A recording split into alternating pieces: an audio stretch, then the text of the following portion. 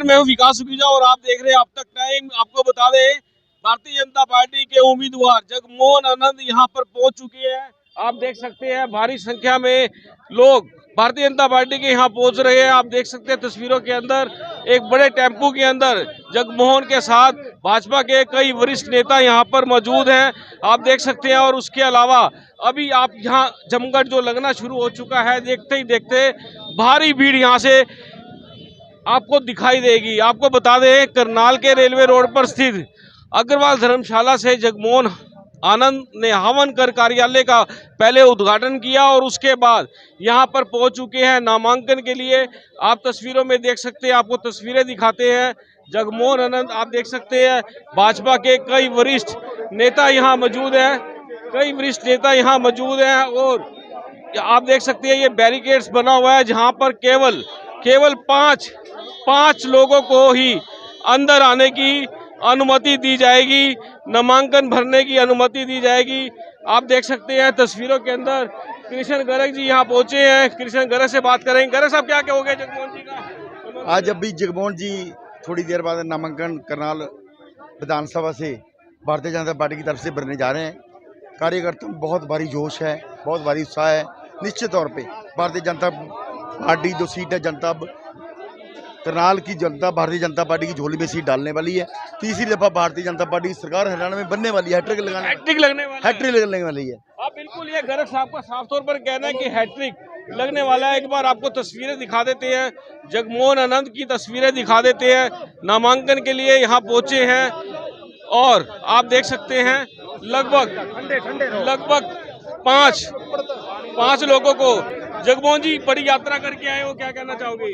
अभी जरा कार्यकर्ता का जोश है वो बहुत बढ़िया, बहुत आशीर्वाद था। कैसा रहा आपका जो पूरा अग्रवाल धर्मशाला? सबका साथ, सबका विकास, सबका विश्वास। जय भाजपा, तय भाजपा। बिल्कुल, आप देख सकते हैं ये जगमोहन आनंद है। इसके बाद की तस्वीरें आपको दिखाएंगे, नामांकन भरते हुए भी दिखाएंगे। हम चाहेंगे इस खबर को ज्यादा से ज्यादा शेयर करना।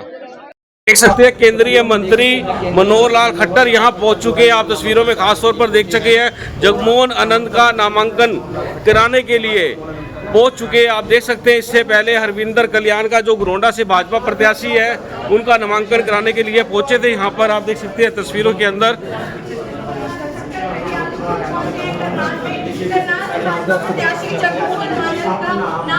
आप देख सकते हैं ऊर्जा मंत्री जो कि आज करनाल पहुंचे नामांकन करवाने के लिए।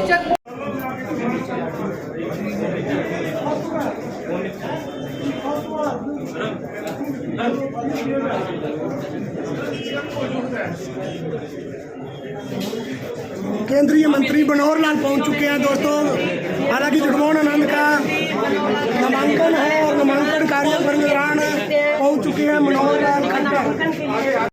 जो विधानसभा में एक स्थान को भरने के लिए अभ्यर्थी के रूप में नाम निर्देशित हुआ हूँ। ईश्वर की शपथ लेता हूँ कि मैं विधि द्वारा यथास्थापित भारत के संविधान के प्रति सच्ची श्रद्धा और निष्ठा रखूँगा और मैं भारत की संपूर्णता और अखंडता को अक्षुण्ण रखूँगा।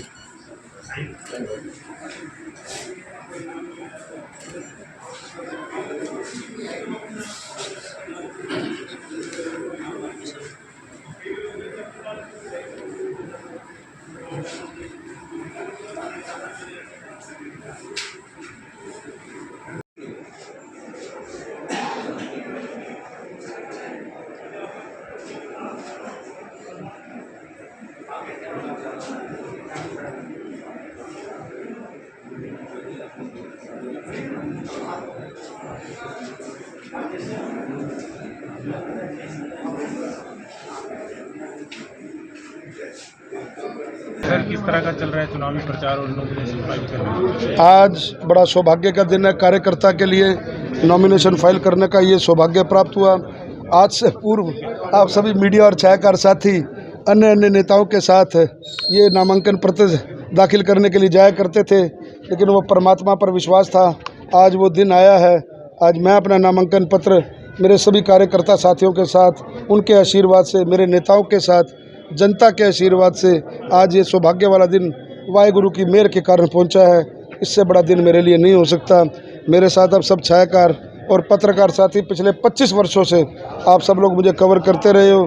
आपने जो मेरे को स्थान दिया है, आपने जो मेरे को मान और सम्मान दिया है, आपने जो मेरे को आगे बढ़ाया है, उसी का नतीजा है कि आज इन कार्यकर्ताओं के भरोसे, इन करनाल की जनता के भरोसे आज मैं आपके सामने बतौर प्रत्याशी भाजपा आपको बाइट दे रहा हूँ। जगमोहन जी, आपने सोचा था कि एकदम से आपको टिकट मिल जाएगा, विधानसभा का मैदान में आना पड़ेगा, कभी मन में था? वास्तव में मैं सच बताऊं आपको, ना तो मैंने, ना मेरे परिवार ने कभी भी, ना तो हमने टिकट की कभी चाह रखी, ना मुझे उम्मीद थी कि ये टिकट मेरे को मिलेगी। सामान्य कार्यकर्ता के होने नाते मैं लगातार ये काम करता रहा। अभी पीछे माननीय मनोहर लाल जी आए थे, कुछ लोगों का विरोध था, कुछ लोगों की बात थी, तो मैंने माननीय मनोहर लाल जी को ये बिल्कुल कहा कि माननीय जी, आप लोगों ने संगठन चलाया है, आप लोगों ने यहाँ 9.5 वर्ष काम किया है, मेरी वजह से अगर पार्टी को एक भी कार्यकर्ता टूटता है, विश्वास होता है, तो टिकट पे मैंने अभी तक नाम नहीं भरा है। आप टिकट किसी भी कार्यकर्ता को दे दीजिए, मैं उसी जी जान से काम करूँगा। पार्टी है तो जो मेरी कार्यकर्ता है तो मेरी आन है और मेरी शान है। अगर कार्यकर्ता मेरे से टूट गया, कार्यकर्ता भाजपा से टूट गया, तो ऐसी टिकट का क्या फ़ायदा। टिकट तभी फ़ायदेमंद है जब सब एकजुट होकर के लड़ें, सभी कार्यकर्ताओं का मान और सम्मान हो। तो माननीय मनोहर लाल जी ने कहा ये संगठन का फैसला है, ये सीसी का फैसला है, मेरा अकेले का फैसला नहीं है। आप पूरी शिद्दत के साथ चुनाव लड़ो, पूरी ईमानदारी के साथ लड़ो, जनता आपके साथ है। मैंने उनको भरोसा दिलाया, जो कोई नाराज़ था उनके पास गया, मनाया, उनके सबके आशीर्वाद लिया। मैक्सिमम लोगों के आपने आज देखा, सुखीजा जी का सुपुत्र भी मेरे साथ था, आदरणीय मुकेश अरोड़ा जी मेरे साथ हैं, आदरणीय बिट्टू सरपंच जी जो कुछ दिनों से अपना नाराज़ थे किसी वजह से। देखिए, कार्यकर्ता ये परिवार है, परिवार में छोटी मोटी बातें होती हैं। रात को उन्होंने भी मेरे को पूरा आशीर्वाद दिया, आज शोभा यात्रा में थे। भाजपा एक ऐसा परिवार है, थोड़ी दिन के लिए टिकट की घोषणा के उपरांत मैं भी होता, अगर मुझे भी मैं टिकट की चाह रख रहा होता और मुझे ना टिकट मिलती तो किसी और को मिलती, 1-2 दिन हो सकता है मैं भी कोप भवन में रहता। लेकिन पार्टी हमारी माँ है, माँ से कोई नहीं रूठता। मेरे से बड़ा कोई रूठ जाए उसके मैं पाँव पकड़ लूँगा, लेकिन माँ से ना कोई रूठे। माँ के पास आपकी बात हुई है मेयर से? मैं उनके घर पे गया था, जिस दिन टिकट मिली थी अगले दिन उनके घर गया था। उनका आशीर्वाद मेरे साथ रहेगा। ब्रिज गुप्ता मेरे बड़े भाई हैं, रेणु बाला गुप्ता जी मेरी बड़ी बहन है। कोई भी अगर उनके मन में बात होगी, पैर भी पकड़ने पड़ेंगे तो मैं उनके पकड़ूंगा। किन मुद्दों को लेकर मनोहर जी पहुंचे यहाँ पर खास तौर पर आपका नामांकन कराने के लिए, क्या कहना चाहेंगे? ये मेरे लिए बहुत बड़े सौभाग्य की बात है। जिस राजनीतिक आदर्श को मैं बचपन से देखता आया, जहाँ तक उन्होंने पहुँचाया, आज यहाँ तक अगर पहुँचा हूँ, बाइट देने की आपके सामने ताकत है तो वो मनोहर जी की वजह से है। ऐसे राजनीतिक आदर्श जिन्होंने हरियाणा में एक नए आयाम स्थापित किए, बिना खर्चे और बिना पर्ची के जो एक सरकार दी, ऐसे राजनीतिक आदर्श नामांकन के लिए पहुंचे, मेरे जैसे तुच्छ कार्यकर्ता के लिए बड़े सौभाग्य की बात है। जगमोहन जी, आपकी टिकट जो हुई है बिना पर्ची बिना खर्ची की हुई है क्या लगता है आपको? भारतीय जनता पार्टी की ये प्रवृत्ति कांग्रेस की है, जहाँ खर्ची चलती है और पर्ची चलती है।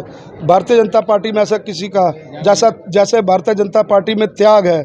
देखिए, पेहवा के हमारे उम्मीदवार, मेरे भाई, मेरे सिख भाई हैं अरजाना जी, उन्होंने टिकट खुद वापस करी ना। यहाँ और किसी पार्टी में आप एक बार जूता बजा करके देखो, टिकट नाम की बात है। मैंने अभी आप लोगों को बाइट दी है, मेरे सामने सुनील गोयल जी यहाँ सामने खड़े हैं, मेरे साथ है। तो अपना वो अंदर थे जब माननीय मनोहर लाल जी को मैंने कहा कि अगर मेरी वजह से कोई कार्यकर्ता रूठता है, किसी का कोई विरोध है, तो टिकट पे भी मैंने नाम नहीं भरा। आप किसी को भी दे सकते हैं, मैं उसी शिद्दत के साथ काम करूंगा। माँ से कोई नहीं रूठना चाहिए, ये माँ ही है जिसने आज यहाँ तक बचाया, अन्यथा हमारे पास है क्या। पार्टी के कार्यकर्ता बिना खर्ची के, बिना पर्ची के, बिना पैसे के, बिना तनख्वाह के काम कर रहे हैं। इनकी कोई तनख्वाह बंधी हुई है जो दिन रात मेरे लिए काम कर रहे हैं? ये पार्टी के लिए काम कर रहे हैं। हम लोग तो कमल का फूल के निमित्त मात्र हैं, जिसको पकड़ा दिया जाता है वो काम करता है। सर, नॉमिनेशन करवा रहे हैं, यहाँ भी करवाया, करौंदा करवा के आए हैं। कल भी अपने लोकसभा क्षेत्र के करा के गया था, एक पानीपत शहर का और साथ में इंद्री था, और साथ ही मुख्यमंत्री जी ने लाडवा से अपना फार्म भरा था, तो कल 3 करा के गया था। 3 ही नामांकन आज मेरे जिम्मे है। अभी घरोंडा से नामांकन करा के आया हूँ, और अब करनाल जो अपना शहर है, करनाल की जो विधानसभा है, यहाँ हमारे श्री जगमोहन आनंद जी ने फार्म भरा है, यही हमारे प्रत्याशी हैं। और इसके बाद इसराना में हमारे जो वर्तमान राज्यसभा के सांसद हैं, वो इस समय मेंबर हैं, हमारे श्री नाम कृष्ण पवार जी, हमारे वहाँ के प्रत्याशी हैं। और अभी और जो शेष बचे हैं, कल भी मुझे लगता है कि पार्टी मुझे ड्यूटी अगर देगी तो यहाँ जो बचे हुए नीलोखेड़ी है, असंध है और पानीपत ग्रामीण है, स्मालका है, इन क्षेत्रों में भी जहाँ पार्टी ड्यूटी लगाएगी उन स्थानों पर मैं जाऊंगा, अन्य हमारे नेता भी जाएंगे। पूरे प्रदेश में नामांकन भरे जा रहे हैं, लगभग 2/3 से ज्यादा आज पूरे हो जाएंगे। कल जो बाद में जो लिस्ट आई है उनके नामांकन सामान्यतः कल ही हो पाएंगे, उनको एक दिन की तैयारी का समय लगना था। लेकिन बड़ी हैरानी की बात यह है कि कांग्रेस अभी आधे से भी कम ऐसे प्रत्याशी घोषित कर पाई है, उससे ज्यादा भी बाकी हैं और उनके बाकी इस समय जो घोषित होंगे मुझे पता नहीं कि वो फार्म भी भर पाएंगे कि नहीं भर पाएंगे। और बहुत से लोगों ने तो उनमें से भी इंडिपेंडेंट फार्म पहले से भर दिए हैं, तो इसलिए एक बहुत रोचक ये मुकाबला होने वाला है। इसमें मैं निश्चित रूप से कह सकता हूं कि हरियाणा में तीसरी बार भारतीय जनता पार्टी की पूर्ण बहुमत की सरकार आएगी। कांग्रेस एक प्रकार से हार की तरफ आगे बढ़ चुकी है, क्योंकि उसका प्रमाण ये है कि वो अब दूसरी पार्टियों की तरफ गठबंधन का हाथ बढ़ा रही है और दूसरी पार्टियां हाथ अपना पीछे खींच रही हैं, वो अपने कैंडिडेट घोषित किए जा रहे हैं। तो इसलिए आज मैं निश्चित रूप से कह सकता हूं कि पिछले 10 साल का हमारा शासन, विशेष तौर पर अभी 2 महीने का हमारे नए मुख्यमंत्री श्री नायब सिंह सैनी जी का कार्यकाल, जिसमें लगभग 125 से ज्यादा घोषणाएं की और काम पूरे किए हैं। और इसके सामने कांग्रेस जो है वो बहुत फीकी पड़ रही है। पिछले 10 साल का जो उनकी जातियां हैं, जो उनके अत्याचार हैं, जो भयनुमा एक वातावरण बना हुआ था, जनता को आज भी याद है, जनता उसको भूली नहीं है। हमसे हिसाब मांगने की बात कहते हैं, हिसाब हमारा जनता के पास है। जनता हमारे कामों को लेकर के जवाब देगी कांग्रेस को। सर शैलजा रह रही है भाजपा की भी, जैसे महेंद्रगढ़ हो गया, फरीदाबाद हो गया, तो उन पे आज हो गई होंगी, नहीं तो अभी जल्दी हो जाएगी। उनमें शैलजा को मना लिया गया लगता है। कल आप कह रहे थे कि गोल खिल सकता है। अब ये उनकी इंटरनल बात है, मैं उस पर टिप्पणी नहीं कर सकता। सर क्या रह रही, बहुत ऐसे जो जिनको आपने 9.5 साल बहुत प्यार किया, जो आपके बहुत ज्यादा नजदीकी थे, उनके सुर इस समय नजर नहीं आ रहे हैं आज यहाँ कोई बगावती नहीं होता। देखिए, लोकतंत्र है और पार्टी में कार्यकर्ता उस लेवल के अच्छी मात्रा में हो गए हैं। एक स्थान पर एक से ज्यादा कार्यकर्ता की इच्छा रखते हैं। आखिर टिकट तो एक को मिलनी होती है और जो बाकी बचे हैं उनको हम समझा भी सकते हैं। और हमारे यहाँ बहुत ऐसे कार्यकर्ता हैं जो पिछली बार चुनाव नहीं लड़ पाए, उससे पहले लड़े थे, उनकी बारी इस बार आई है। मानो जिनकी बारी इस बार नहीं आई है, अगली बार आ सकती है। तो ये तो रोटेशन में भी कई बार होता है। और कुछ सीटें तो ऐसी होती हैं जहाँ कोई भी खड़ा हो जाए उसको जीतना है, तो वहाँ कुछ भाग्य भी काम करता है, इसलिए हमारे निर्णय खाली काम नहीं करते। कोई दिक्कत नहीं है। कितनी सीटों पर रामविलास शर्मा सर, रामविलास शर्मा जी का आज फैसला हो जाएगा।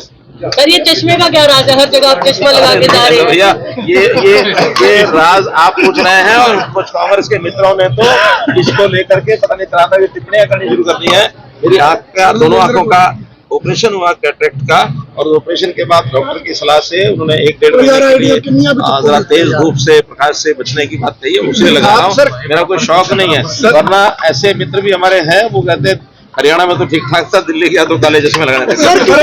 हमारे बहुत बड़े नेता जो रैलियां करेंगे प्रदेश में, क्या क्या मैंने बता दिया। कल भी आप लोगों ने पूछा था, प्रधानमंत्री जी आएंगे, यहाँ अमित शाह जी आएंगे, राष्ट्रीय अध्यक्ष जी आएंगे, राजनाथ सिंह जी आएंगे, आसपास के प्रदेशों के मुख्यमंत्री भी आने वाले हैं। हमारी बड़ी टीम है जो सभी 90 के 90 विधानसभाओं में प्रधानमंत्री जी के कार्यक्रम तो बड़े होंगे। जैसे 14 तारीख को प्रधानमंत्री जी का कार्यक्रम आपको पता है कुरुक्षेत्र में तय हो गया है।